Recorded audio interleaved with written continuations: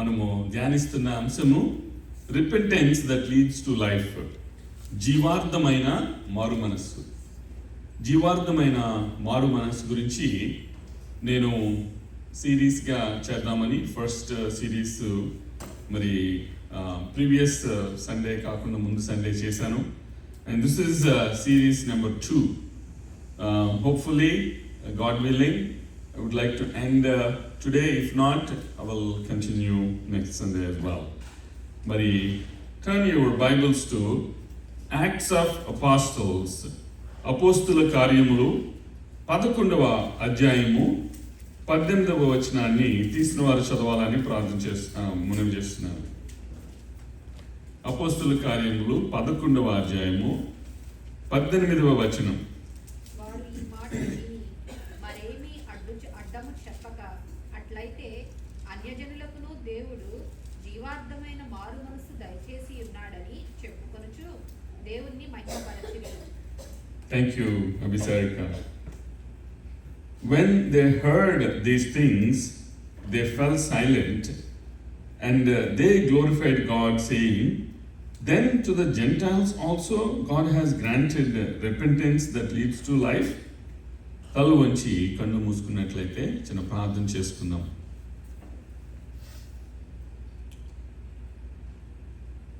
పరలోకమున్న మా తండ్రి, మా పరమ తండ్రి, మా తండ్రి, తండ్రి, కుమార, పరిశుద్ధాత్మ, త్రియేక దేవ. ఆదియందు వాక్యముండెను, వాక్యము దేవుని యొద్ద ఉండెను, వాక్యము దేవుడే ఉండెను. మీరు ఒక సమయంలో repentance that leads to life, జీవార్థమైన మారు మనసు గురించి ధ్యానించబోతుంటుండగా ప్రిపరేషన్లో తోడుగున్న నాకు ప్రజెంటేషన్లో సహాయం చేయండి. నన్ను మీ సిలువ చాటున మరుగుపరిచి మీ నోటి బొరగా వాక్యాన్ని వినిపింపజేయండి. అది మీకు మహిమకరంగాను వినువారికి ప్రేరేపణ పూర్వకంగాను ఆశీర్వాదకరంగాను ఉండేలాగా సహాయం చేయండి. ఏదైతే ప్రజెంట్ చేయబడుతుందో అది మా యొక్క దైనందిన జీవితంలో దాన్ని ప్రాక్టీస్ చేసే కృపను అనుగ్రహించమని, ఈ కొద్ది ప్రార్థన విజ్ఞాపనలు, కృతజ్ఞతాస్తుతులు మీ యొక్క పాశాన్ని చేర్చుకోమని మమ్మల్ని మిక్కిలిగా ప్రేమించిన క్రీస్తు పేరిట అతి మిక్కిలి ఉన్న తోడుకొని ప్రార్థిస్తున్నా మా పరమ తండ్రి, ఆమేన్.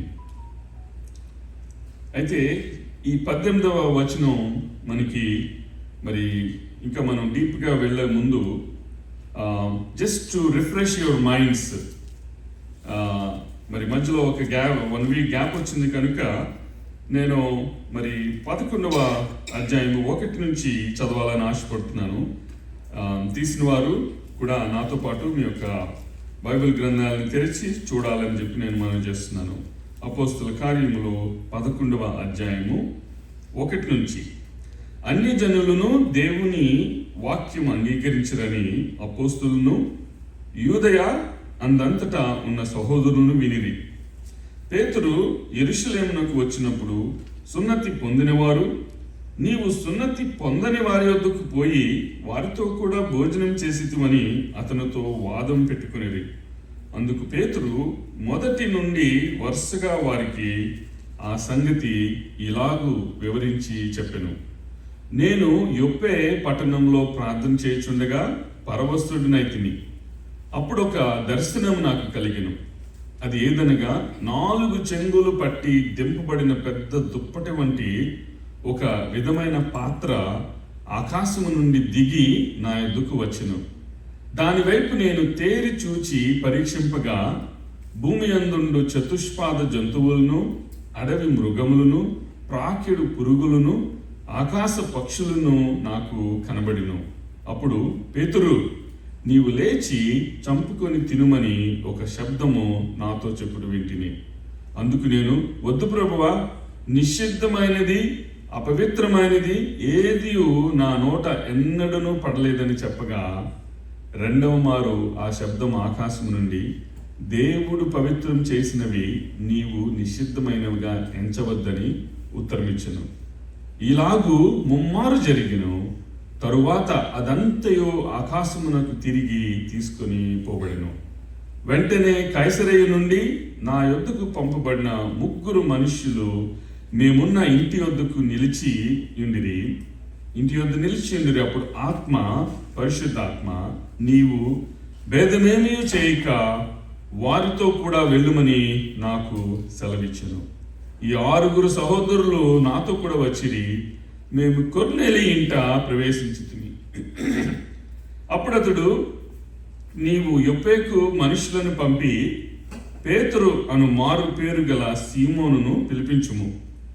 నీవును నీ ఇంటి వారందరూ ఏ మాట వలన రక్షణ పొందుదురో ఆ మాటలు అతడు నీతో చెప్పునని తన ఇంట నిలిచి తనతో చెప్పిన ఒక దేవదూతను చూచిన సంగతి మాకు తెలిపెను. నేను మాట్లాడనారంభించినప్పుడు పరిశుద్ధాత్మ మొదట మన మీదికి దిగిన ప్రకారము వారి మీదికి దిగెను. అప్పుడు యోహాను నీళ్లతో బాప్తిసం ఇచ్చెను గాని మీరు పరిశుద్ధాత్మలో బాప్తిసం పొందుదనని ప్రభువు చెప్పిన మాట నేను జ్ఞాపకం చేసుకుంటుని. కాబట్టి ప్రభు అయిన యేసుక్రీస్తు నందు విశ్వాసం ఉంచిన మనకు అనుగ్రహించినట్లు దేవుడు వారికి కూడా సమాన వరము అనుగ్రహించి ఉండగా దేవుని అడ్డగించుటకు నేను ఏ పాట వాడునని చెప్పెను. వారు ఈ మాటలు విని మరేమీ అడ్డం చెప్పక, అట్లయితే అన్ని జనులకును దేవుడు జీవార్థమైన మారు మనసు దయచేసి ఉన్నాడని చెప్పుకొనుచు దేవుణ్ణి మహిమపరిచిరి. అయితే ఎవరు ఇక్కడ దేవుణ్ణి మహిమపరిచారు అంటే, మరి యూదులైన విశ్వాసులు దేవుణ్ణి మహిమపరిచారు. దేవునికి స్తోత్రం కలుగును గాక. అక్కడ పేతురు మరి 2 ఆశ్చర్యకరమైన ప్రత్యక్షతల గురించి చెప్పడం మనం చూస్తాం. ఒకటి యొప్పేలో జరిగిన ప్రత్యక్షత, రెండోది కైసరియలో జరిగిన ప్రత్యక్షత గురించి మనము ఈ యొక్క 11వ వచనంలో మనం ధ్యానం చేశాం. అయితే మరి యూదులైన విశ్వాసులు, సున్నతి పొందిన వారు దేవుణ్ణి మరి మహింపరిచారు అడ్డం చెప్పకుండా. అంటే దాని అర్థం మొదటగా వాళ్ళు ప్రతిదానికి అడ్డం చెప్పారు. అంటే మనకి పొందుకున్న సమాన వరము వాళ్ళు కూడా పొందుకున్నారా అన్నట్టుగా అట్లాగా మాట్లాడిన వారు దేవుణ్ణి మహింపరిచారు. అయితే మరి ఇక్కడ మరి ప్రభు అయిన యేసుక్రీస్తు ఒక్కరికే కాదు ప్రభు, ఆయన అందరికీ ప్రభు. సో ఆయన అందరికీ ప్రభు. మరి ఆయన ద్వారానే మనము రక్షణ పొందుకున్నాం. అండ్ రక్షణ నిశ్చయత అనేది మనకి ఎప్పుడు ఉంటుందంటే, ఎప్పుడైతే ఆ జీవార్థమైన ఫలము మనము కలిగి ఉంటామో, జీవార్థమైన మారు మనస్సు కలిగి ప్రాచీన స్వభావాన్ని వదిలిపెట్టి నవీన స్వభావాన్ని మనం ధరించి, మనము ఎప్పుడైతే మారు మనసు పొందిన వ్యక్తిలాగా మనము ఎదుటి వాళ్ళకి మనం కనిపిస్తామో, అంటే మాటలతో కాకుండా యాక్షన్స్తో. The deeds are important, right? So కాబట్టి వాక్ ద టాక్ అంటారు. అంటే నువ్వు ఏమైతే మాట్లాడుతున్నావో, ఏమైతే చెప్తున్నావో అది నీ యొక్క నిజ జీవితంలో మరి చూపించడం. ఇప్పుడు మనం 100 ప్రసంగాలు చేయొచ్చు, కానీ ఒకటి కూడా మనుషులకి యాక్షన్స్లో కనబడకపోతే దానివలన ఏమీ ప్రయోజనం లేదు. కానీ నువ్వు 100 మెసేజ్లు చెప్పకపోయినా కూడా నీ యాక్షన్స్లో, నీ డీడ్స్లో మరి కనిపిస్తుందంటే దాన్ని బట్టి మరి అవిశ్వాసులు కూడా ప్రభావితం అవుతారు, అవిశ్వాసులు విశ్వాసులు అవుతారు. దేవునికి స్తోత్రం కలుగును గాక. మరి ఇక్కడ మరి ఒక్క ప్రభువే అందరికీ ప్రభువు. ఆయన ద్వారా మనము రక్షణ పొందుకున్నాం. మరి ఆ రక్షణ నిశ్చయితను బట్టి మనకి ఆ జీవార్థమైన మారు మనసు ఉంది అనే నిర్ధారణ కలుగుతుంది. మరి turn your Bibles to Romans 10th chapter. అపోస్తలుడైన పౌలు రోమీయులకు రాసిన పత్రిక 10వ అధ్యాయాన్ని ఓపెన్ చేయండి.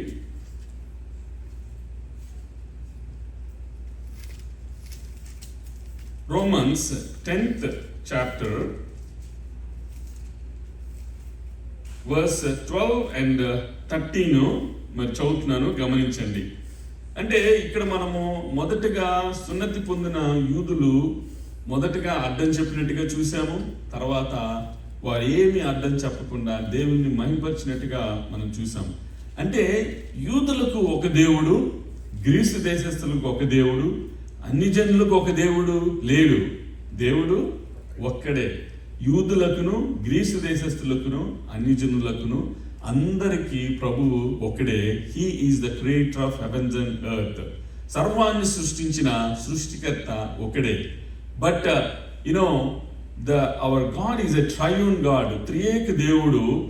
అండ్ ఆ త్రిత్వము అనేది 3 డిఫరెంట్ మేనిఫెస్టేషన్స్, తండ్రిగాను కుమారునిగాను పరిశుద్ధాత్మగాను.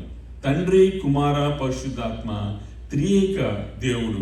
మరి ఇక్కడ అపోస్తలుడైన పౌలు మరి రోమీయులకు రాస్తూ అంటున్నాడు, 10వ అధ్యాయము 12వ వచనం మనం చూస్తే, యూదుడని గ్రీసు దేశస్థుడని భేదం లేదు, ఒక్క ప్రభువే అందరికీ ప్రభు అయి ఉండి తనకు ప్రార్థన చేయు వారి అందరి ఎడల కృప చూపుటకు ఐశ్వర్యవంతుడే ఉన్నాడు. ప్రియ సహోదరుడా, ప్రియ సహోదరి, మనకందరికీ సుపరిచితమైన వాక్యాలైనప్పటికీ కూడా ఆ వాక్యంలో ఎంతో డెప్త్ ఉంది, ఆ లేఖనాల్లో నిగూఢమైన అర్థం ఉంది, భావం ఉంది. అవి మనకి జ్ఞాపకం చేస్తున్నాయి. ఏంటంటే ఒక్కొక్కరికి ఒక టైప్ ఆఫ్ ఇంటర్ప్రిటేషన్స్. యూదులు అనుకుంటారు మాకే దేవుడు ఆయన. గ్రీసు దేశస్తుల యొక్క స్పెషాలిటీ ఏం తెలుసా? They give preference the knowledge. ఏదైతే అంటే వాళ్ళు ఎక్కువ జ్ఞానం సంపాదించుకొని ఏమి యాక్షన్స్లో లేదనుకోండి, ఏం ఉపయోగం? ఒకడు లోకమునంతటిని సంపాదించుకొని తన సొంత ఆత్మను పోగొట్టుకుంటే మనకి ఏమి ప్రయోజనం? కాబట్టి you have gained all the knowledge from the world, you have the head knowledge, but there is no change in the heart. నీ యొక్క మరి జ్ఞానము నీకు చాలా ఉంది, కానీ ఒక్క యాక్షన్లో కూడా ఏమీ చూపించట్లేదు. కాబట్టి క్రియలు లేని విశ్వాసము వ్యర్థము, క్రియలు లేని విశ్వాసము మృతము. అందుకనే అపోస్తలుడైన పౌలు, ఆయన అసలు పౌలు గురించి చెప్పాలి అంటే he has many attributes. He is the Pharisee of Pharisee, he is the Hebrew of Hebrew and trained under Gamaliel. And మనము ఆయనకి వెన్నుతో పెట్టిన విద్య అంటారే చిన్నప్పుడు, అట్లాగా ధర్మశాస్త్రం అంతా ఆయనకి వెన్నుతో పెట్టిన విద్య.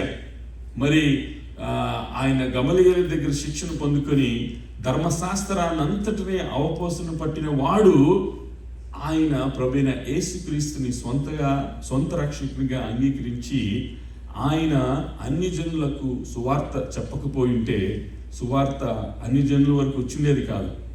యూదులు మాకే దేవుడు అనుకునేవాళ్ళు. అండ్ గ్రీకులు నాలెడ్జ్ ఈజ్ డివైన్ అంటారు కదా. నాలెడ్జ్ బట్టి మాకున్న నాలెడ్జ్ని బట్టే అండ్ దెన్ గ్రీక్ యొక్క వాళ్ళ పెక్యులారిటీ ఏంటంటే లోగాస్, వాక్యము. ఆది యందు వాక్యం ఉండెను, వాక్యం దేవుని యొద్ద ఉండెను, వాక్యం దేవుని ఉండెను. Yes, word and then knowledge గురించి ఎక్కువగా ప్రిఫరెన్స్ ఇస్తూ, ఒకవేళ మిగతా వాళ్ళని అన్ని జనాంగాల్ని సెపరేట్గా పెట్టారనుకోండి, అంటే దేవుడు యూదుల గురించే వచ్చాడా? దేవుడు గ్రీసు దేశస్థుల గురించే వచ్చాడా? దేవుడు అన్ని జనాంగం కోసమే వచ్చాడా? అందరి కోసం, అందరి మానవాళి రక్షణ కోసం దేవుడు లోకాన్ని ప్రేమించాడు కనుక ఆయన అద్వితీయ కుమారుని ఈ లోకానికి పంపించారు.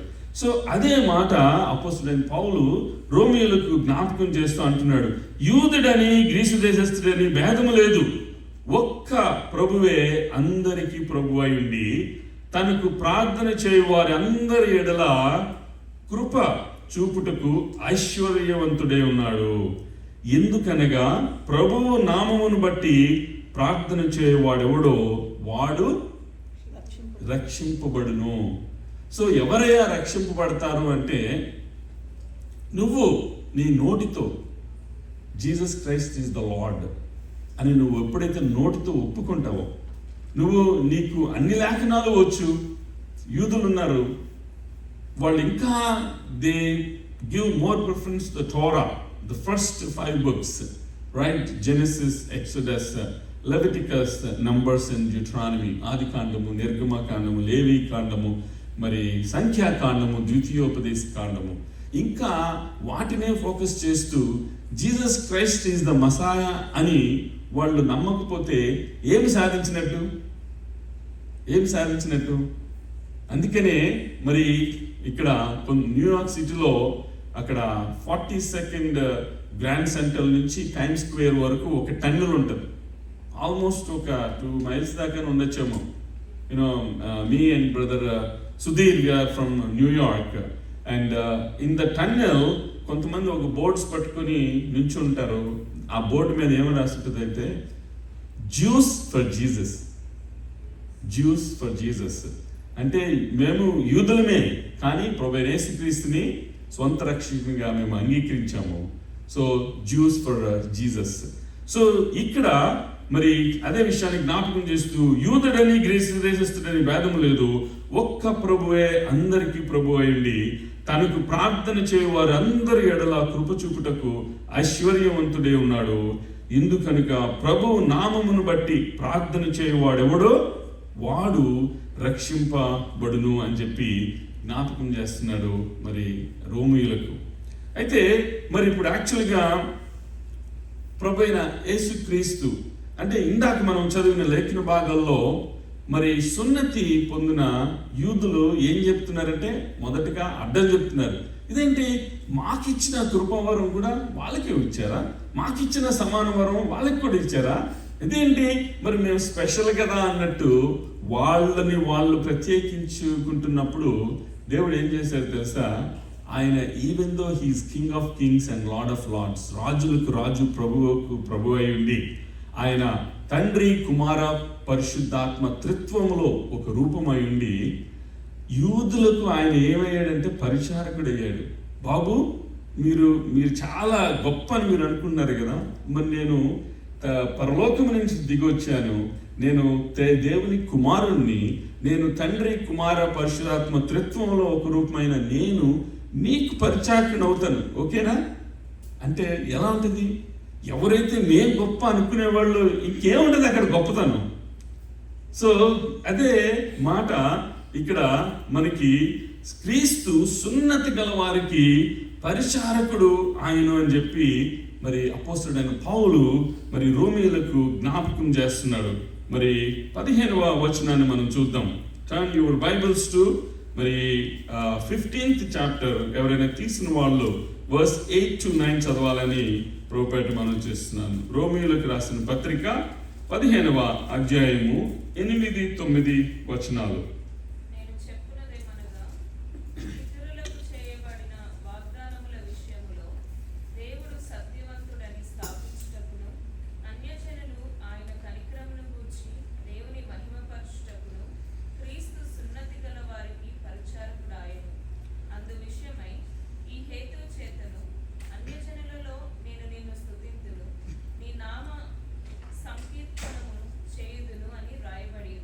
Yes, praise the Lord. Thank you, Amulya. ఇక్కడ Apostle Paul writing to Romans in 15th chapter, verse 8 and 9, he says, "For I tell you, the Christ became a servant to the circumcised, to show God's truthfulness, in order to confirm the promises given to the patriarchs, and in order that the Gentiles might glorify God for His mercy, as it is written, therefore I will praise you among the Gentiles and sing to your name." నేను చెప్పినదేమనగా పితరులకు చేయబడిన వాగ్దానముల విషయంలో నిజంగా new టెస్టిమెంట్లో ఉన్న disciples ఎంత ధన్యులో తెలుసా? ఎందుకంటే ఆది కాండం నుంచి మలాఖీ గ్రంథం వరకు పాత నిబంధన అంతా చూస్తే ప్రవక్తలు దావీదంటాడే, దుప్పి నీటి వాగుల కొరకు ఆశపడుచున్నట్లుగా నా ప్రాణము నీ కొరకు తృష్ణగొనుచున్నదని. They wanted to see that నిలువెత్తు స్వరూపం, but they never had an opportunity. Jesus Christ మరి నూతన నిబంధనలో మరి ఆయన మనం అంటే మనం ఆ టైంలో ఉన్న వాళ్ళు తిరిగిన ఇజ్రాయెల్ ల్యాండ్ మీద జీసస్ క్రైస్ట్ తిరిగారు. ఆయనతో పాటు శిష్యులు పరిచర్య చేశారు.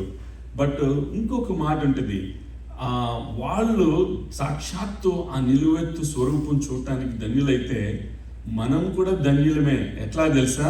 మనము ఏ జాబితాలోకి వస్తాం? వాళ్ళు చూసి నమ్మితే మనము చూడక నమ్మాం. చూసి నమ్మిన వారి కంటే చూడక నమ్మిన వారు ధన్యులు. సో మరి ఆ యొక్క ధన్యత్వం అండ్ ఆ బ్లెస్సింగ్, సో ఎంతగా వాళ్ళు ఆశపడ్డారో.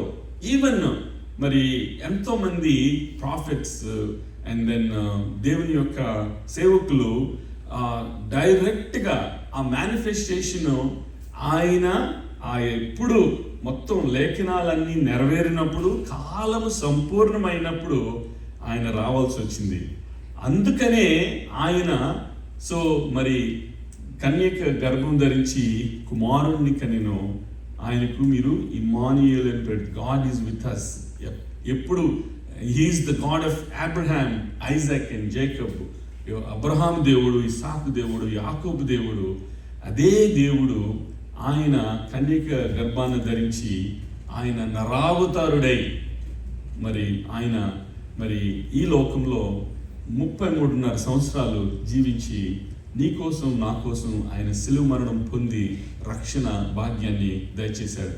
సో ఈ విషయాలు కొంతమందికి ఇప్పుడు లిమిటెడ్ నాలెడ్జ్ ఉన్నోళ్ళు, గిరిగీసి ఉన్నోళ్ళు వేరే వాళ్ళు ఏదైనా చెప్తే వింటారా? నో, ఈ కట్టె ఇలా కావాల్సిందే. నో, నువ్వేంటి నాకు చెప్పేది?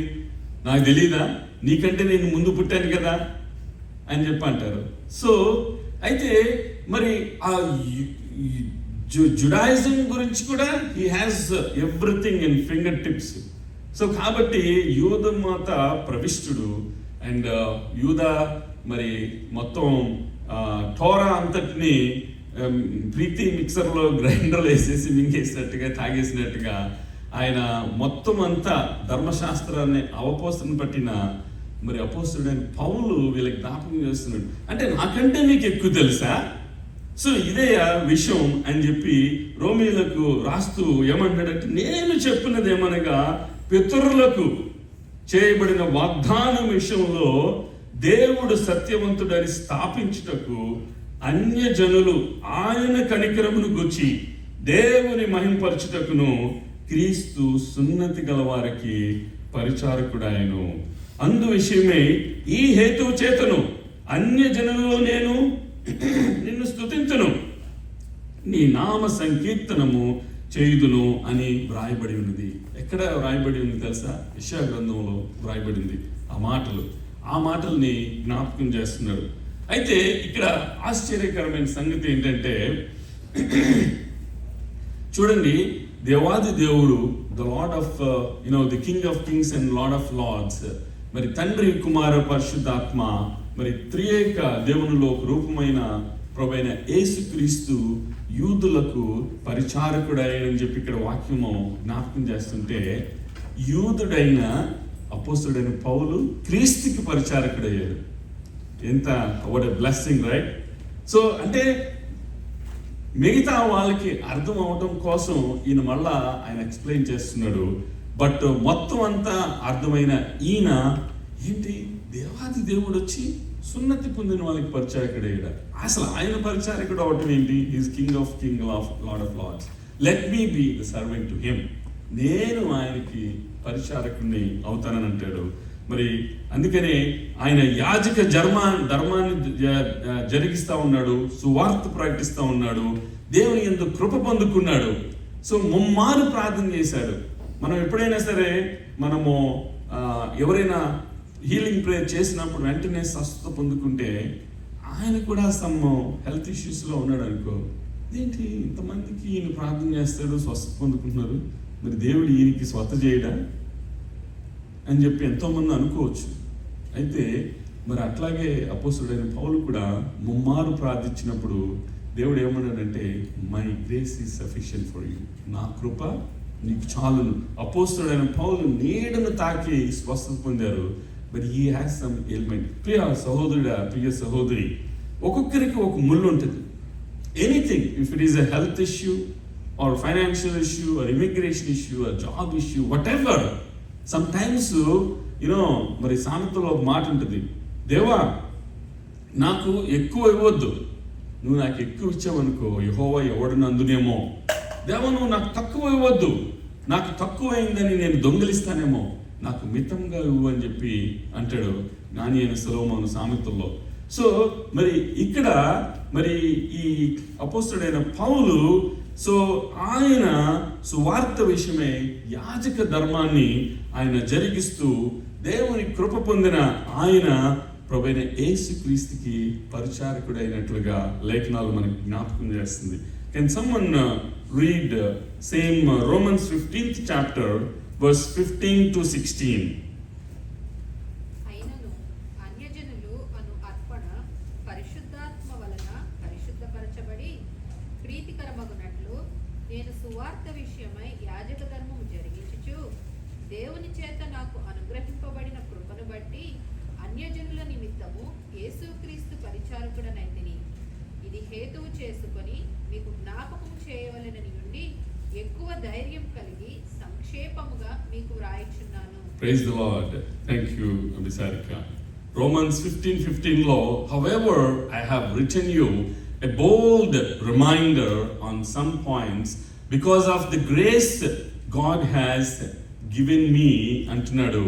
And then 16th verse లో అంటున్నాడు, Paul, a minister of Christ Jesus to the Gentiles, ministering as a priest the gospel of God, so that my offering of the Gentiles may become acceptable, sanctified by the Holy Spirit.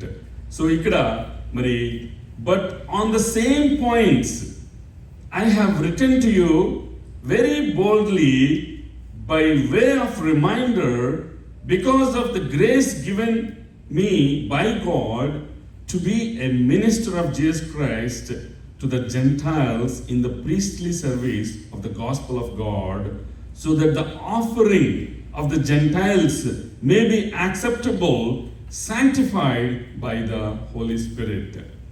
అయినను అన్యజనులు అను అర్పణ పరిశుద్ధాత్మ వలన పరిశుద్ధపరచబడి ప్రీతికరమగునట్లు నేను దేని విషయమై సువార్త విషయమై యాజక ధర్మము జరిగించుచు దేవుని చేత నాకు అనుగ్రహింపబడిన కృపను బట్టి ఎవరి నిమిత్తము?